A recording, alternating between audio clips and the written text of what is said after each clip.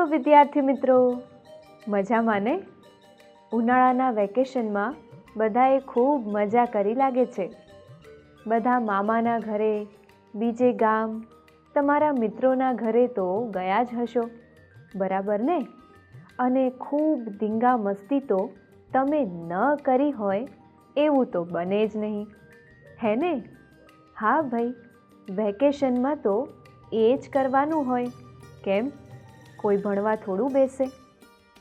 પણ હવે તમે બધા વેકેશનમાંથી પાછા શાળામાં આવી ગયા છો, તો આજથી હવે આપણે આપણા ગુજરાતી વિષયના પ્રથમ સત્રનો પ્રારંભ કરીશું. બાળમિત્રો, આ પ્રથમ સત્રમાં આપણે ઘણા બધા સરસ મજાના નવા પાઠ અને નવા કાવ્યો વિશે શીખવાનું શરૂ કરીશું. જોજો તો ખરા, તમને બધાને ખૂબ જ મજા પડશે. તો ચાલો જરા તમારું ગુજરાતીનું પાઠ્યપુસ્તક ખોલો અને અનુક્રમણિકા પર નજર કરો. એકમ 1 ચબૂતરો, જે ચિત્રપાઠ છે, એમાં આપણે ચબૂતરા વિશે વાત કરીશું. ત્યારબાદ એકમ 2 પર્વત તારા, એ પ્રાર્થના ગીત છે. ત્યારબાદ એકમ 3 મહેનતનો રોટલો, એ સુંદર મજાની બોધકથા છે. એકમ 4 સુંદર, આ સરસ મજાનું પ્રકૃતિ ગીત છે. ત્યાર પછી આપણે પુનરાવર્તન 1 એટલે એકમ 1 થી 4ના એકમોનું પુનરાવર્તન કરીશું. આગળ એકમ 5 શરદીના પ્રતાપે, જે સરસ મજાની હાસ્ય કથા છે. આગળનો એકમ 6 નર્મદા મૈયા, એ સરસ મજાનો પ્રવાસ વર્ણન કરતો એકમ છે. અને છેલ્લો એકમ 7 અલ્લક દલ્લક, આ એક સરસ મજાનું ઉર્મી ગીત છે. અને ત્યારબાદ ફરીથી આપણે પુનરાવર્તન 2માં એકમ 5 થી 7નું પુનરાવર્તન કરીશું. એટલે કે પુનરાવર્તન 2 વિશે શીખીશું. બરાબર ને મિત્રો? તો ચાલો તમારા ગુજરાતીના પાઠ્યપુસ્તકમાં જુઓ. ગુજરાતી ધોરણ 5 સત્ર 1 એકમ 1 ચબૂતરો. તમારે ચબૂતરા વિશે અવનવી વાતો જાણવી છે ને? ચબૂતરો ગામમાં શું કરવા બાંધવામાં આવે છે? ચબૂતરો ઊંચો કેમ બાંધવામાં આવે છે? અને આ સિવાય પણ ઘણી બધી અવનવી બાબતોની આપણે જાણકારી મેળવીશું. પણ એ પહેલાં એકવાર આપણે એકમ આયોજન વિશે જાણી લઈએ કે આ એકમમાં આપણે શું શીખવાના છીએ. તો જુઓ જરા, સૌપ્રથમ આપણે આ એકમની પૂર્વ ભૂમિકા જોઈશું. ત્યારબાદ આપણે ચિત્રપાઠનું એનિમેશન જોઈશું. ત્યારબાદ તમારે વર્કશીટ 1 અને વર્કશીટ 2માં આપેલા પ્રશ્નો ગૃહકાર્યમાં કરવાના છે. તો એ તમારે તમારી નોટબુકમાં નોંધવાના છે. ત્યારબાદ સ્વાધ્યાય અને એકમના અંતે પ્રવૃત્તિની વાત પણ કરીશું. બાળમિત્રો, આપણે તો પંખીઓ અને પ્રાણીઓની પણ ચિંતા કરનારા છીએ. એટલે જ તો લોકો ગામમાં ચબૂતરો બંધાવે છે. પંખીઓ માટે આપણે ચણ નાખીએ છીએ. પંખીઓને આશ્રય સ્થાન મળી રહે તે માટે પણ પ્રયત્નો કરીએ છીએ. મિત્રો, અત્યારે ચબૂતરા તો ભાગ્યે જ જોવા મળે છે. માટે ચબૂતરાનું પણ પુનરુત્થાન ખૂબ જરૂરી છે. ગામના પાલતુ પશુઓ માટે ગમાણ, પીવા માટે અવાડાની વ્યવસ્થા પણ આપણે કરીએ છીએ. તમારા ગામમાં પણ તમે આ બધું તો જોયું જ હશે, હે ને? તો ચાલો આપણે આ ચિત્રપાઠનું એનિમેશન જોઈએ. આ એનિમેશનને તમે ધ્યાનપૂર્વક જુઓ અને સમજો. બાળ દોસ્તો, ચિત્ર જોઈને તમને ખબર તો પડી જ ગઈ હશે કે આ એક ઘરનું ચિત્ર છે. તો એ કહો, આ ચિત્રમાં શું શું દેખાય છે? ચિત્રમાં ઘર દેખાય છે, આંગણું દેખાય છે. આંગણામાં પક્ષીઓ ચણે છે. કૂતરો પક્ષીઓ પાસે છે. બાજુમાં એક નાનકડું ઝૂંપડું છે. તેમાં ગાય ભેંસ દેખાય છે. ઘરની બહાર પાણી પીવાનું માટલું છે. તો આરામ કરવા ખાટલો છે, વૃક્ષો છે, વગેરે વગેરે દેખાય છે. ખરું ને? આ ઘરમાં રહેતા લોકો માટે જમવાની શું વ્યવસ્થા હશે? તમે જ કહેશો કે અરે, એ બધા ઘરમાં આવેલા રસોડામાં જમતા હશે. ચાલો તો કહો કે તેમના પીવાના પાણીની શું વ્યવસ્થા હશે? પીવા માટે નળેથી કે કૂવેથી પાણી ભરી લાવતા હશે અને માટલામાં પાણી ભરતા હશે. ત્યાંથી તેઓ પાણી પીતા હશે. ખરું ને? બાળ દોસ્તો, તો હવે કહો કે તેમનું અનાજ શેમાં ભરતા હશે? આ અનાજ ક્યાંથી લાવતા હશે? તમે કહેશો કે અનાજ ભરવા કોઠારે હોય અને પેટી પણ હોય. આ અનાજ તેઓ ખેતરમાંથી પણ લાવે અને બજારમાંથી પણ લાવે. બાળ દોસ્તો, આ ઘરમાં બીજાના ઘરનું જમવાનુંય બનતું હશે. પીવાનું પાણી અહીં ભરાતું હશે. તમે કહેશો, ના ભાઈ ના, બીજાના ઘરનું જમવાનું તો બીજાના ઘરે જ બને ને, અને પાણી પણ ત્યાં જ ભરતા હોય ને. આ ઘરનું આ ઘરમાં અને બીજાનું બીજામાં. બાળ દોસ્તો, હવે ઘરના આ ચિત્ર પછી આપણે બીજું ચિત્ર જોઈએ. બાળ દોસ્તો, આપણે આપણા રહેવા માટે ઘર બનાવીએ છીએ. ઘરમાં અનાજ ભરવા, પાણી ભરવા, રસોઈ રાંધવા, નાહવા, બેસવા, ઠંડી, ગરમી, વરસાદથી બચવાની તમામ સુવિધા કરીએ છીએ. આપણે ત્યાં પશુઓ હોય તો તેમના માટે પણ રહેવાની સુવિધા, ઘાસચારો ભરવાની સુવિધા કરીએ છીએ. પણ પક્ષીઓ માટે આ બધી સુવિધા કોણ કરે? બાળ દોસ્તો, આપણે ત્યાં વર્ષોથી ઠેક ઠેકાણે પક્ષીઓ માટે ચબૂતરો બનાવવામાં આવે છે. પક્ષીઓ ત્યાં આવી નાખેલા દાણા ચણે છે, પાણી પીવે છે અને છાંયડે બેસી મધુરા ગીતો ગાય છે. બાળ દોસ્તો, જુઓ, આ ચબૂતરો છે ને ગામની બરોબર વચ્ચે. ચબૂતરો થોડો ઊંચો બનાવેલ છે. તમને મનમાં પ્રશ્ન થશે કે આ ચબૂતરો ઊંચે કેમ બનાવેલો હશે? બાળ દોસ્તો, પક્ષીઓ નિરાંતે ચણ ચણી શકે તે માટે. ક્યારેક આંગણામાં પક્ષીઓ ચણતા હોય ત્યારે કૂતરા કે બિલાડી જેવા પ્રાણીઓ તેમનો શિકાર કરી દે છે. એટલે ચબૂતરો ઊંચે બનાવેલો છે. જુઓ, ચબૂતરા પર ચડવા માટે નિસરણીની વ્યવસ્થા પણ કરેલી છે. બાળ દોસ્તો, તમે હિંચકે ઝૂલો છો ને? અહીં પક્ષીઓ પણ મસ્તીથી ઝૂલે છે. જુઓ, જેમ તમારા ઘરમાં પીવાના પાણીની વ્યવસ્થા હોય છે, તેમ અહીં ચબૂતરામાં પક્ષી પરબ લટકાવેલું છે. તેમાં આપણે પાણી ભરી દેવાનું. પક્ષીઓ મોજથી પાણી પીવે. કેટલાક પક્ષીઓ તો એમાં પાંખો ફફડાવી નાહી પણ લેતા તમે જોયા હશે. ચબૂતરાની ઉપર સુંદર મજાની છત છે. આ છતને કારણે ગરમી, ઠંડી અને વરસાદમાં પક્ષીઓ શાંતિથી દાણા ચણી શકે છે. બાળ દોસ્તો, તમારા ઘરે તો આખા વર્ષ માટે ઘઉં, મકાઈ કે બાજરો સંગ્રહવામાં આવતો હશે. પણ ચબૂતરામાં તો આસપાસના લોકો રોજ થોડું થોડું અનાજ નાખી જતા હોય છે. જુઓ જુઓ, બાળ દોસ્તો, ચબૂતરામાં તો પોપટ, કબૂતર, ચકલી, મોર, કોયલ અને કાગડાભાઈ દાણા ચણી રહ્યા છે. ચાલો આપણે એમને શાંતિથી ચણવા દઈએ. ચબૂતરા વિશે સુંદર જાણકારી મેળવીને તમે તો આવા અનેક સ્થળો જોયા જ હશે. હવે તમારે તમારી નોટબુકમાં અહીં આપેલ વર્કશીટ 1નું સૂચના મુજબ ગૃહ કાર્ય કરી લાવવાનું છે.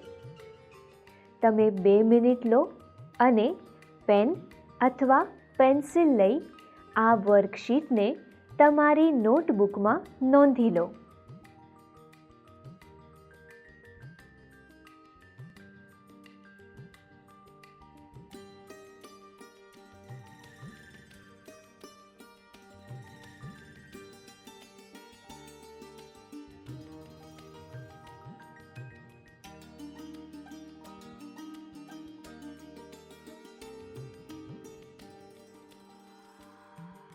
હવે તમારે તમારી નોટબુકમાં અહીં આપેલ વર્કશીટ 2ની વિગતો લખવાની છે અને તેમાં જણાવ્યા અનુસાર તમારે ચબૂતરાનું ચિત્ર દોરવાનું છે અને ચિત્રમાં અન્ય જે પણ વસ્તુઓ દોરો તેના શબ્દોની નોંધ અવશ્ય કરવાની છે.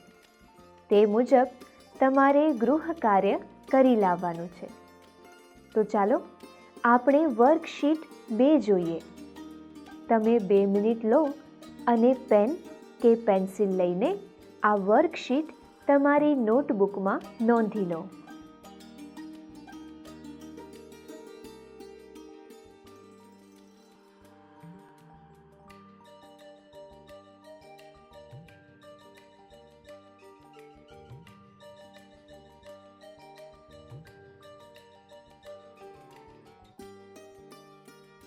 વર્કશીટ 1 અને વર્કશીટ 2 તમે તમારી નોટબુકમાં નોંધી લીધી ને?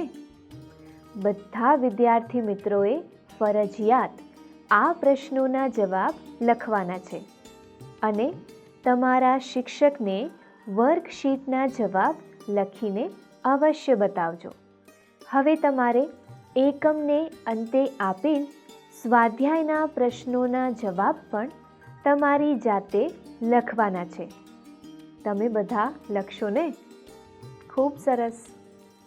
પણ મિત્રો, મને એવું લાગે છે કે આપણે પેલું ચબૂતરાનું એનિમેશન ફરીથી જોઈએ તો કેવું રહેશે? શું કહ્યું? તમારે પણ જોવું છે? અરે વાહ, બધાએ હા પાડી.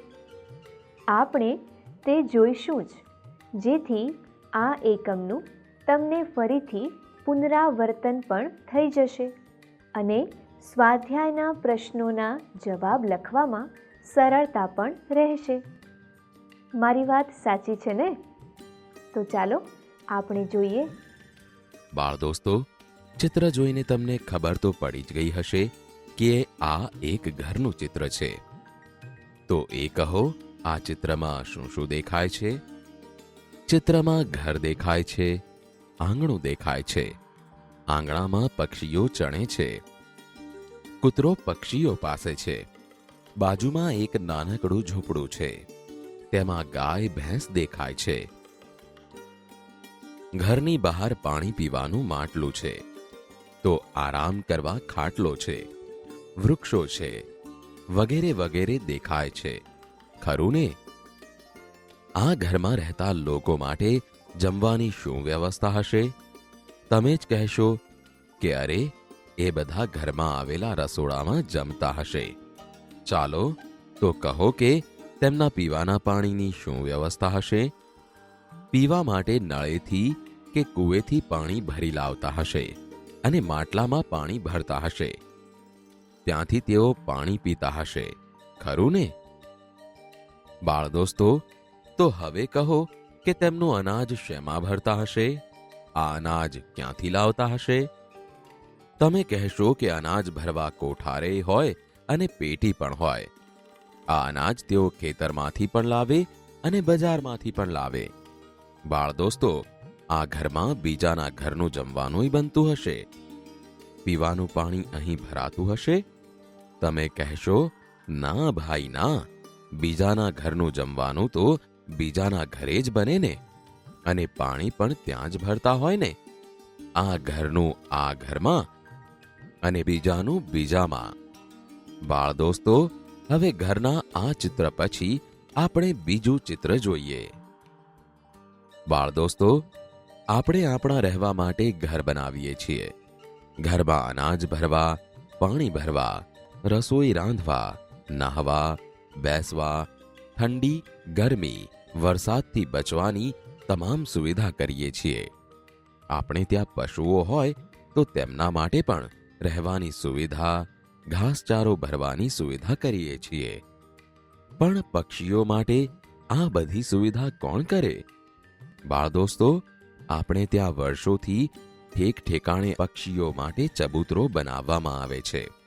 પક્ષીઓ ત્યાં આવી નાખેલા દાણા ચણે છે, પાણી પીવે છે અને છાંયડે બેસી મધુરા ગીતો ગાય છે.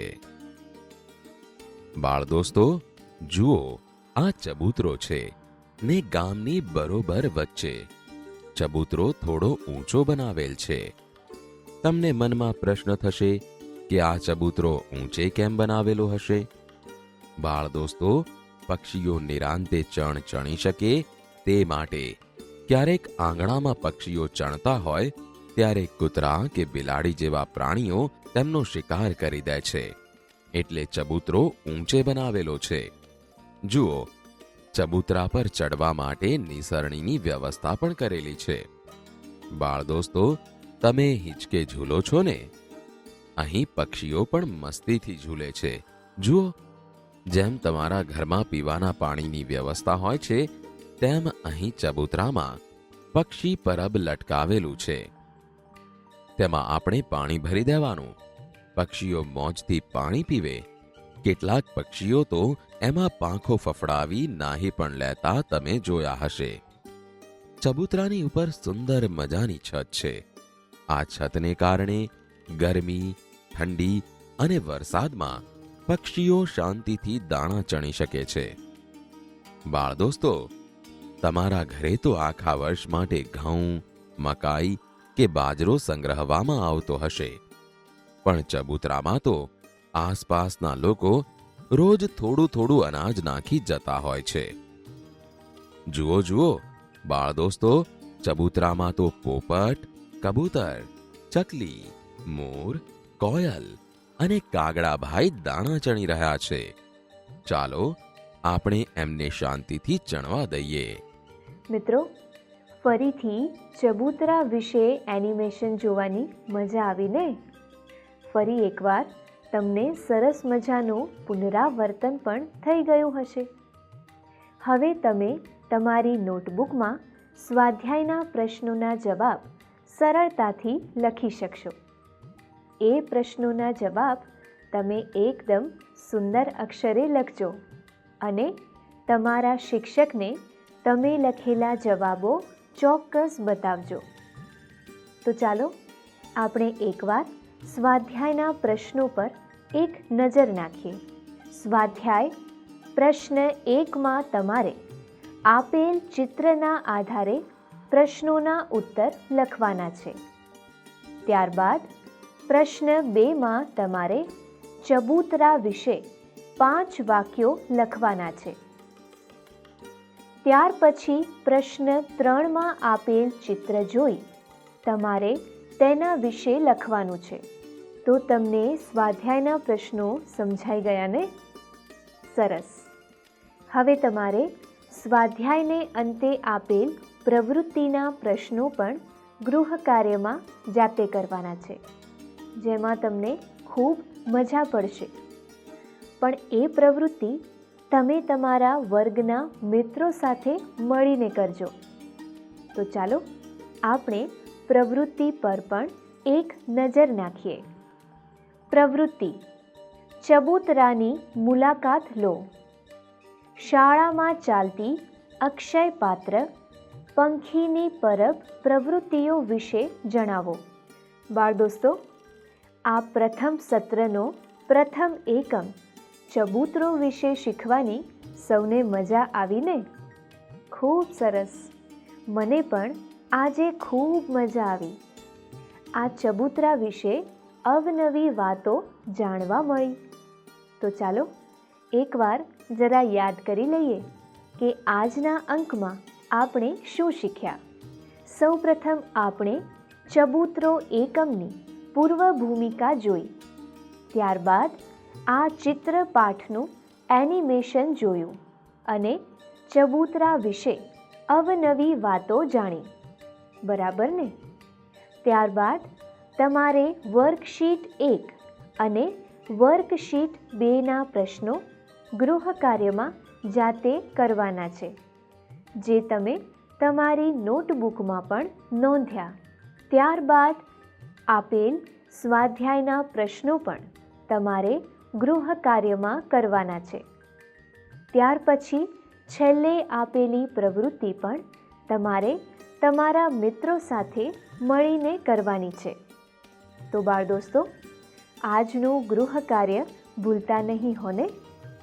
આજે આપણે સરસ મજાનો એકમ ચબૂતરો વિશે શીખ્યા. શરૂઆતમાં મેં તમને એક વાત કહી હતી કે આપણે તો પંખીઓ અને પ્રાણીઓની પણ ચિંતા કરનારા છીએ. એટલે જ તો લોકો પોતાના ગામમાં ચબૂતરો બંધાવે છે. પંખીઓ માટે આપણે ચણ નાખીએ છીએ. પંખીઓને આશ્રય સ્થાન પણ મળી રહે છે. બાળ દોસ્તો, અત્યારે ચબૂતરા તો ભાગ્યે જ જોવા મળે છે. માટે ચબૂતરાનું પુનરુત્થાન પણ ખૂબ જરૂરી છે. એ માટે તમે પણ તમારા મિત્રો સાથે મળીને ચબૂતરા બંધાવવા માટે જરૂરી પ્રયાસો ચોક્કસ કરજો.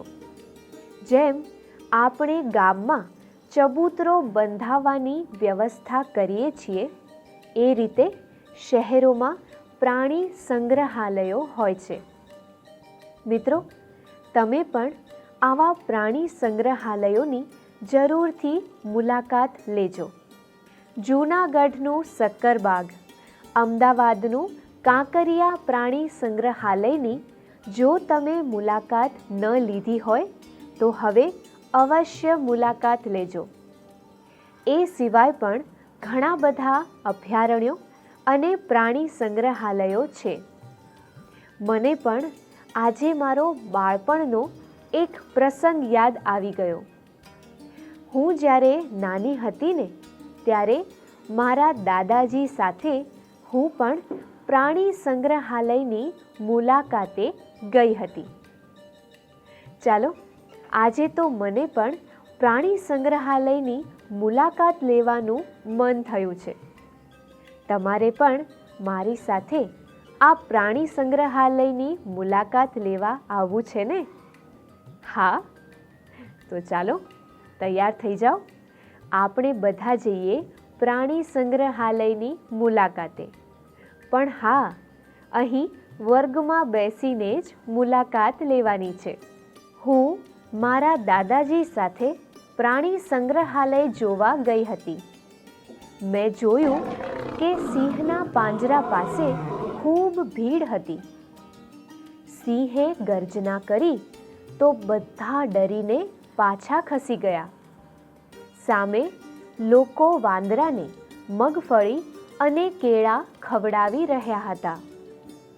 દાદાજીએ કહ્યું, જો પેલું લખ્યું છે, પ્રાણી સંગ્રહાલયના પ્રાણીઓને ખાવાનું આપવાની મનાઈ છે.